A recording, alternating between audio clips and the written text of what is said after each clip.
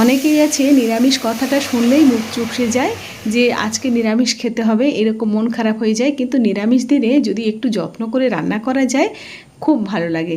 এই সুস্বাদুভাবে কীভাবে রান্না করবেন আজকের ডালটা আমি দেখিয়ে দেবো। এটা মানে দেশি লাউ, এখন বাজারে কচি দেশি লাউ পাওয়া যাচ্ছে। এই দেশি লাউ দিয়ে মাছের ঝোলও ভালো লাগে, আর দেশি লাউ দিয়ে ডালও কিন্তু ভীষণ ভালো লাগে। আজকের আমি ডালটা বানাচ্ছি মুগ ডাল। এটা ধুয়ে পরিষ্কার করে নিয়ে তারপরে তেলের মধ্যে এভাবে ভেজে নিচ্ছি। আপনারা চাইলে শুকনো খোলায় ভেজে তারপরে মানে জল দিয়ে ধুয়ে কড়াইয়ের মধ্যে জল দিয়ে 2-3 বার জল পাল্টে নিয়ে তারপরে সিদ্ধ করতে পারেন। আমি এভাবে দিয়ে জল দিয়ে সিদ্ধ করে নিচ্ছি। দু রকমভাবেই করা যায়।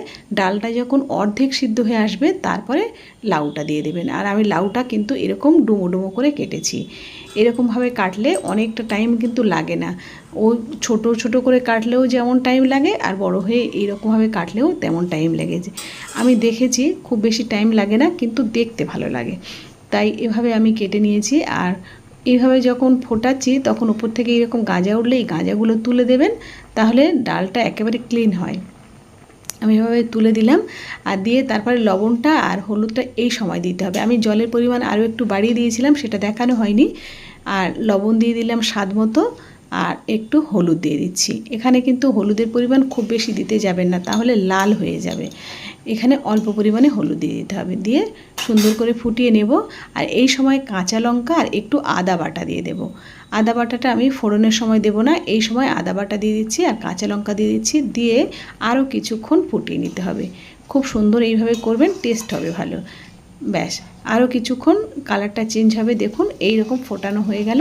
তারপরে এবারে আমি একটা ডেকচিতে নামিয়ে নিচ্ছি, নিয়ে তারপরে সাঁতাল দেব। ব্যাস, সাঁতালের সময় আমি কী দিচ্ছি বলুন তো? এই সময় শুকনো লঙ্কা, তেজপাতা আর গোটা জিরা। আর এই সময় এই মানে ফোড়ন থেকে সুন্দর একটা গন্ধ বেরোলে বা শুকনো লঙ্কাটা একেবারে চোঙা চোঙা ভাব আসলে তারপরে এই ডালটা দিতে হবে। আর আপনারা চাইলে একটু মিষ্টি দেবেন ডালে, যেহেতু মুগ ডাল, আমি মিষ্টিটা অ্যাভয়েড করি বলে যতটা মানে কম ব্যবহার করা যায় সেইভাবে ব্যবহার করি। ডালটা এই সময় দিয়ে দিতে হবে। ব্যাস, আরও এই টকবক করে কিছুক্ষণ ফুটবে। তারপরে ফোটার পরে নামিয়ে নেওয়ার সময় কিন্তু অবশ্যই করে ঘি দেবেন, যেহেতু নিরামিষ দিন আর মুগের ডাল, একটু ঘি দেবেন। ব্যাস, আমি হাফ চামচের মতো ঘি দিয়ে দিলাম, দিয়ে এবারে নামিয়ে নেব। আর এটা গরম গরম ভাতের সঙ্গে ভীষণ ভালো লাগবে, নিরামিষ দিন একেবারে জমে যাবে। আপনারা বাড়িতে অবশ্যই ট্রাই করুন। আর রেসিপিটা আপনাদের কেমন লাগলো জানাতে কিন্তু একদমই ভুলবেন না।